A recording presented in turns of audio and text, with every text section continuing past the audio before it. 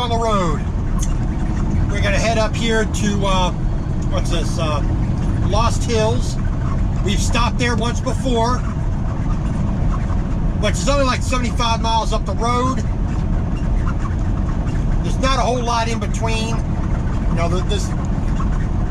So we're gonna stop there real quick, do another quick load check, then we'll find someplace in between here and between there and Lodi. Or we may just skip Lodi altogether.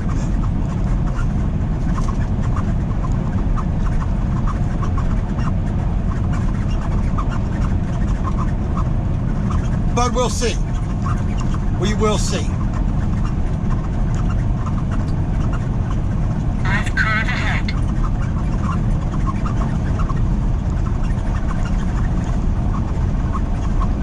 So about an hour, 20 minutes, hour and a half. Up to Lost Hills, and then we'll see where we go from there. I got 7 hours and 18 minutes left on my drive clock, 9 hours and 49 minutes on my 14, and 12 hours and 14 on my 70-hour clock.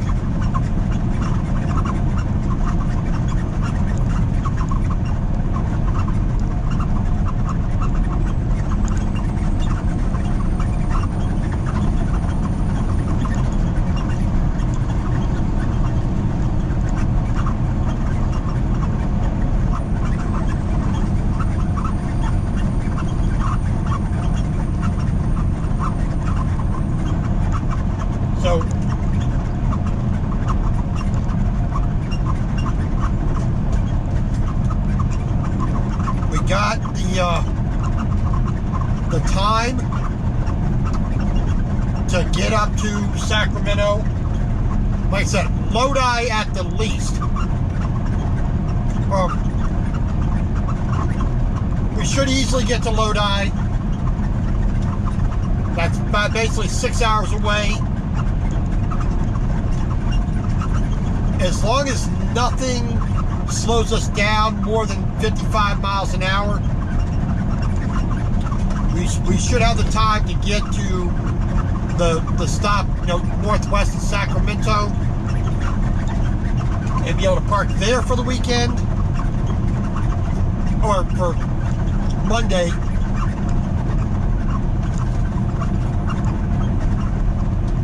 Yeah, it's slowing us down to 45. Why?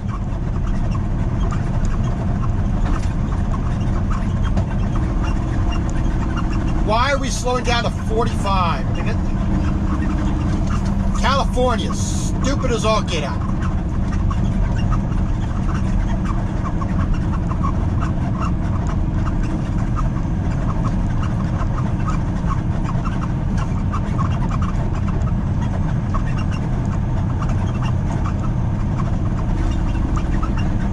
And there's no reason to be slowing down to 45 miles an hour here for a truck. None.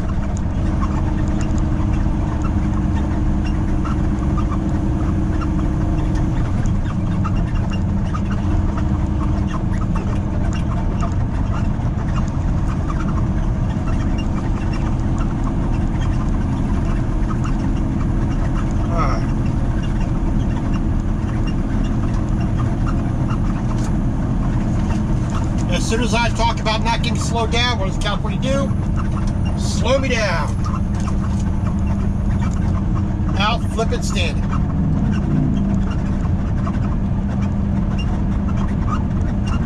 I mean, motorcycles are statistically more likely to have massive injury, during an accident. They are a less stable vehicle because, they're only on two wheels.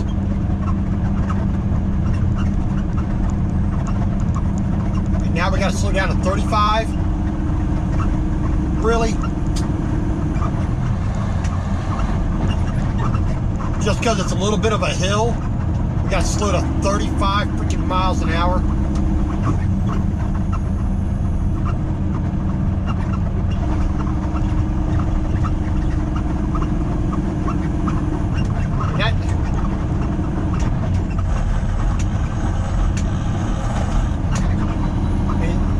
That's absolutely absurd.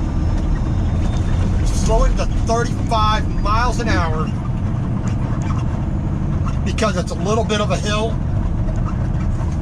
Oh,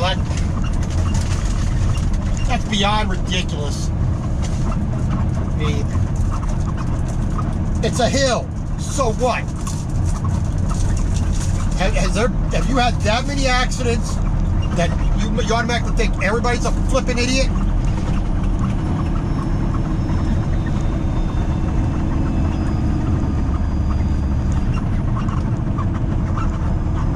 Come on.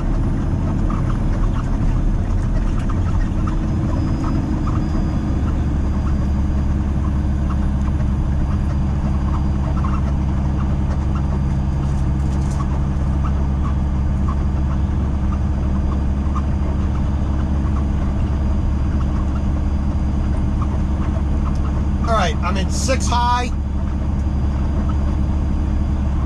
Retarder is set at stage 3. Cruise control is set at 31 miles an hour. And I'm holding at 34 and a half, 35.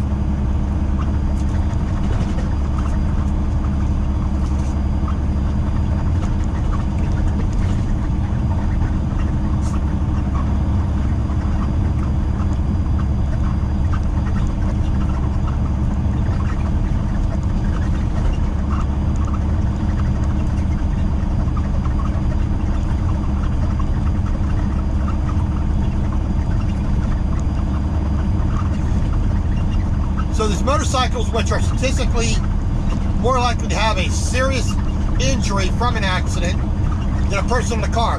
They can do full speed down the road. All these non-professional drivers can go down the road as fast as they please. This bus, loaded with passengers, can go down the hill as fast as it pleases.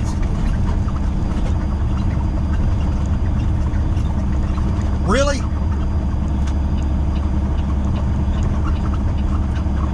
We got a police officer right here.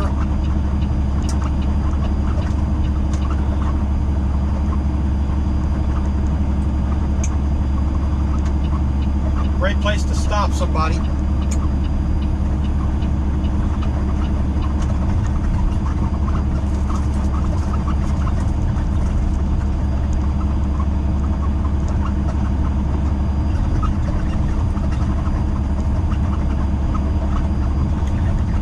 I should be going down this hill at 55, not 35.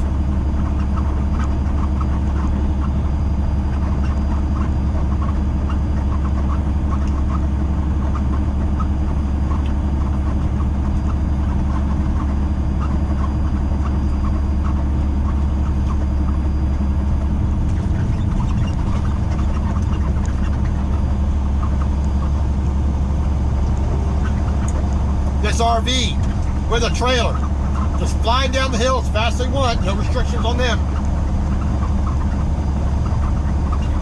Only the absolute most trained, most scrutinized, most regulated group of people on the road are the ones slowed down.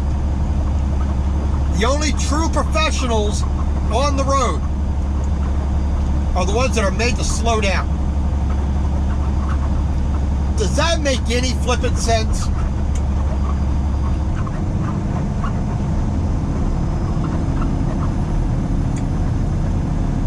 I mean, a little bit of common sense. That's like telling a doctor that he can't do a surgery because they want to make sure that he's being safe. But letting any Tom, Dick, or Harry do an appendectomy because they know how to use a Band-Aid.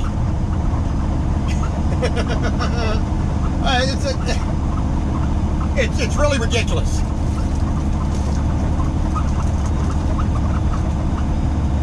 The most trained, the most regulated, the most scrutinized are the ones that are limited the most.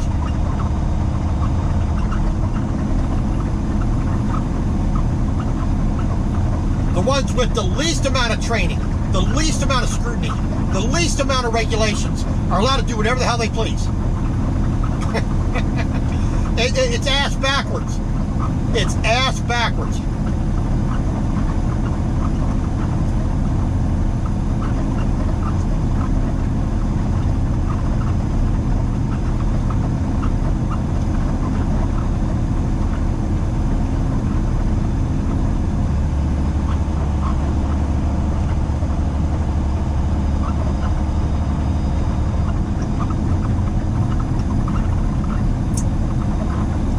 Well, you know, par for the course. You let some idiot who sits at a desk 24 hours a day, who has no knowledge or skill or ability or experience of actually driving a truck, allow them to make the rules and regulations.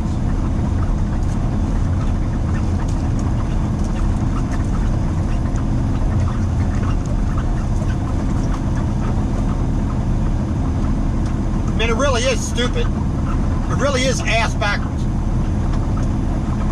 Okay, I'm going to use a bit of an analogy here. All right, one, I stopped and got tacos, you know, for breakfast. They're in Tucson, right? And I do what I always do at Taco Bell. I asked them, put the cheese on the bottom. That way, number one, the cheese is in contact with the meat. The meat is hot. The hot meat melts the cheese.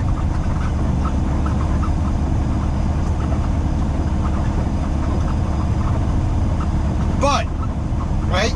Taco Bell, Del Taco, whatever the other places do, what do? They put the cheese on top of the cold lettuce on the top.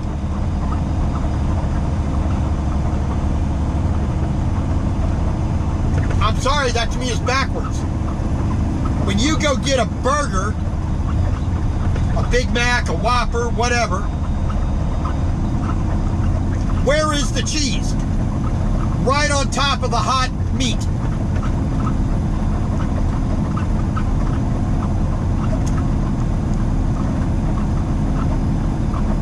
Why is that?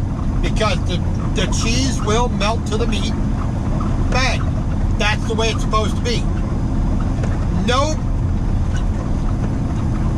burger joint or restaurant that serves a hamburger or a cheeseburger, not one of them puts the patties on the bun, condiments, onion, lettuce, then cheese.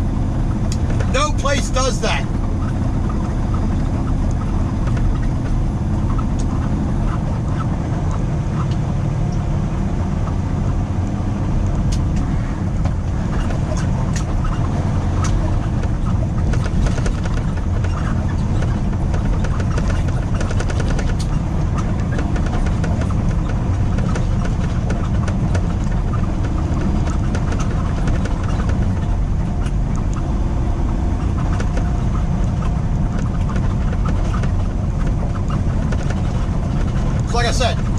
some knucklehead sitting in an office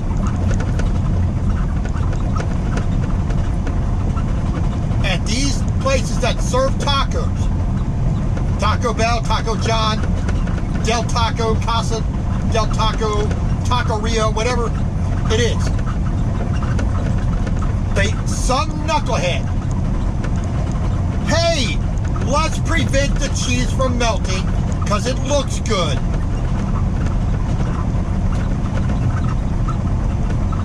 And then that got put in the way they do it. Even their own employees there, when they start to think about it, they say, hey, yeah, that's the right way to do it.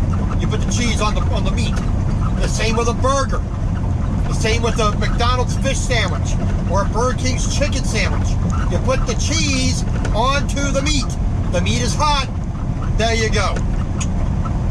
Even with a cold sandwich. Even with a cold sandwich from Subway or a pre-made one, you put the cheese on the meat. Not on top of the lettuce or onion or whatever, vegetable you have on your sandwich.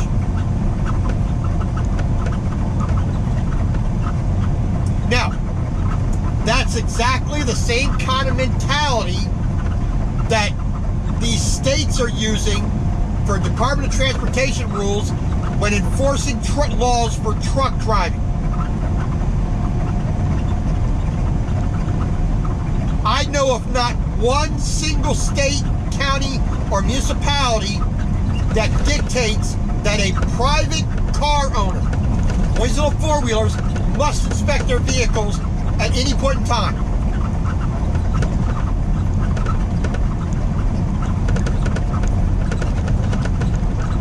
Oh, when you go to register a new vehicle, it's got to be inspected, but that's once. Trucks follow the same thing.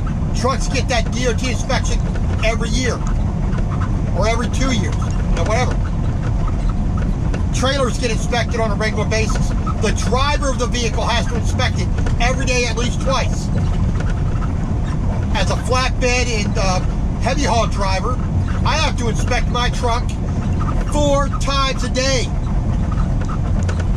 Pre-trip, a load check, a second load check at 300 miles. First load check at 50 and 150 miles. I'm going to count those as one. I have to do a third load check at 450 miles. And I do a load check, and I do a post-trip inspection at the end of the day. Well, that's actually 5. So, 5 inspections of my vehicle every single day that I'm driving. And I drive a full, 600 miles during that day. Or close to 600 miles. How many of these people out here in these little rinky-dink, four-wheelers, how many of them actually check their oil this week? Or this month? How many of them taken a moment to walk around their vehicle at all? Checking the tires, checking the brakes, checking the lights, the mirrors, their fluids, their brake lines, their electrical lines, their water lines, making sure that the alternator's not falling off, their fan belts are tight.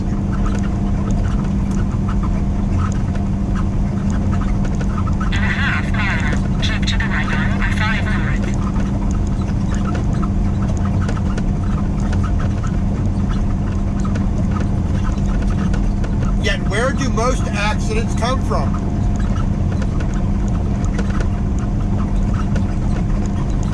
More accidents. 900 feet. Keep to the right on I-500. More accidents come from these little four-wheelers running into each other and running into trucks. Fewer accidents come from truck drivers running into each other or running into cars.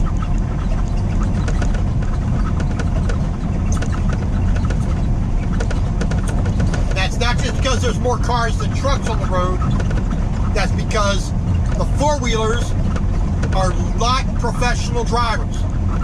They don't drive that way. They don't act that way. They make no attempt to be as safe as they can be.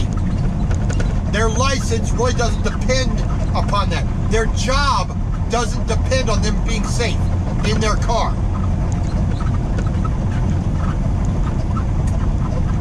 Think some guy sitting at a desk loses his license for his car? How many of those people that have those types of jobs are going to lose their job because they have an accident in their private car? A truck driver is different. You have an accident in your private car, you can still lose your license to drive a truck. And you can lose your job before you lose your license.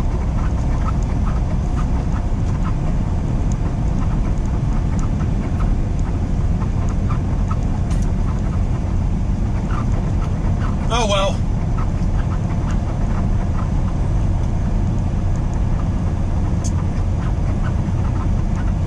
Oh well. I can cry, complain about it all I want, but it ain't gonna change because we all know stupid is, stupid does, like Forrest Gump's mama said.